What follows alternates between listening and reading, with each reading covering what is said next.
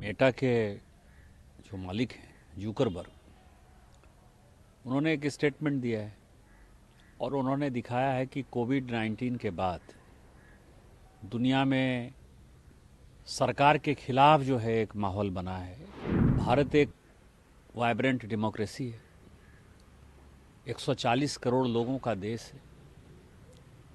आज़ादी के बाद दूसरी ऐसी सरकार है जिसको कि जनता ने तीसरी बार चुनकर भेजा है। तो ये जो बयान है जुकरबर्ग का, ये अपने आप में अलार्मिंग है। महिलाओं के बारे में उनका दुराग्रह है, महिलाओं के बारे में उल्टी पुल्टी बातें होती है, बच्चों के बारे में उल्टी पुल्टी बातें होती हैं। ऑस्ट्रेलिया ने देखा आपने कि 18 साल से कम बच्चों को जो है सोशल मीडिया प्लेटफॉर्म पर जाना मना कर दिया है।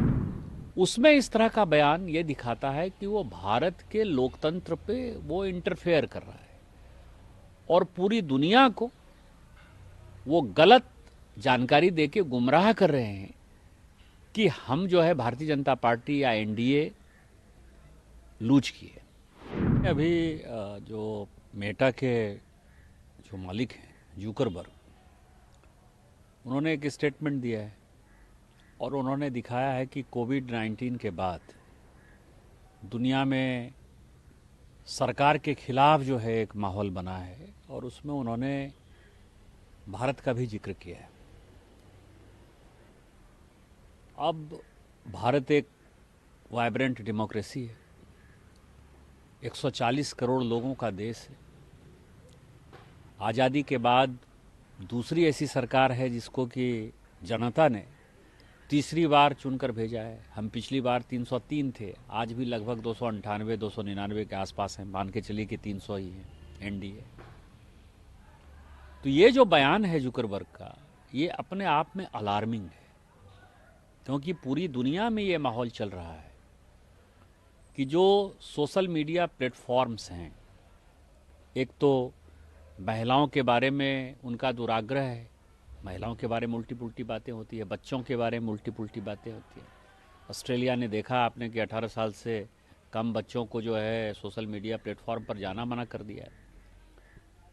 दूसरा वो पॉलिटी जो है, जो पॉलिटिक्स है, जो सोशल लाइफ है, वो प्रभावित करता है। ये पूरे दुनिया में इस तरह की बातें चल रही है, खासकर आर्टिफिशियल इंटेलिजेंस के बाद ये चीज़ें और भी प्रभावी हो गई हैं।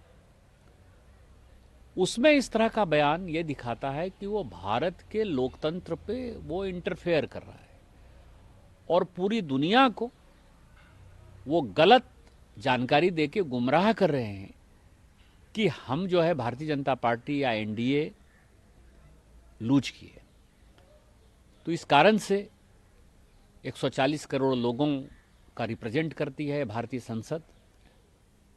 140 करोड़ लोगों ने माननीय मोदी जी को तीसरी बार इस देश का प्रधानमंत्री बनाया है, या कोई भी प्रधानमंत्री होता तो उसका जो रिजल्ट का जो परिप्रेक्ष्य है वो सही दृष्टि से उसने नहीं बताया। इस कारण से हमने तय किया है कि हम मेटा के लोगों को बुलाएंगे, उनको माफ़ी मांगनी पड़ेगी, और नहीं तो उनके ऊपर जो भी कानून सम्मत कार्रवाई होगी वो हमारी कमेटी रिकमेंड करेगी। सर, कब तक का टाइम दिया गया है इसमें उनको जवाब देने के लिए? हमारी कमेटी कल से अंडमान निकोबार के दौरे पर है। हमारी कमेटी 20 तारीख को अपने दौरे को ख़त्म करेगी और मुझे लगता है कि वहीं हम कमेटी के सदस्यों से बात करेंगे, तो 20 से 24 के बीच में किसी एक दिन उनको हम बुलाएंगे। सर, एक इसमें प्रश्न उठता है, जो कमेटी के क्या वो जो मेटा के जो अधिकारी हैं उन पर कार्रवाई करने के लिए उनके पास अधिकार हैं? कमेटी के पास कमेटी के अधिकार भारतीय संसद के अधिकार है, और भारतीय संसद जो है एक सॉवरेन पावर है। तो संसद के अधिकार को जो है कोई दूसरा देश चुनौती नहीं दे सकता।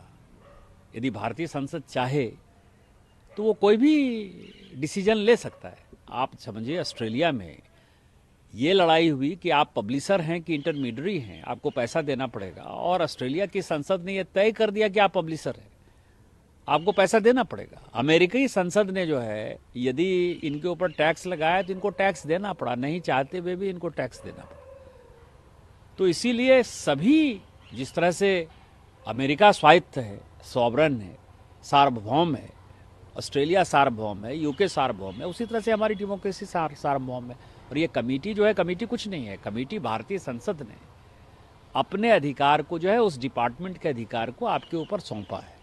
तो इसमें सभी पॉलिटिकल पार्टी के रिप्रेजेंटेशन है और इसका जो डिसीजन है वो फाइनल डिसीजन है। और सरकार जो है, हम सरकार को उसके कार्रवाई के लिए कहेंगे और सरकार कार्रवाई करेगी।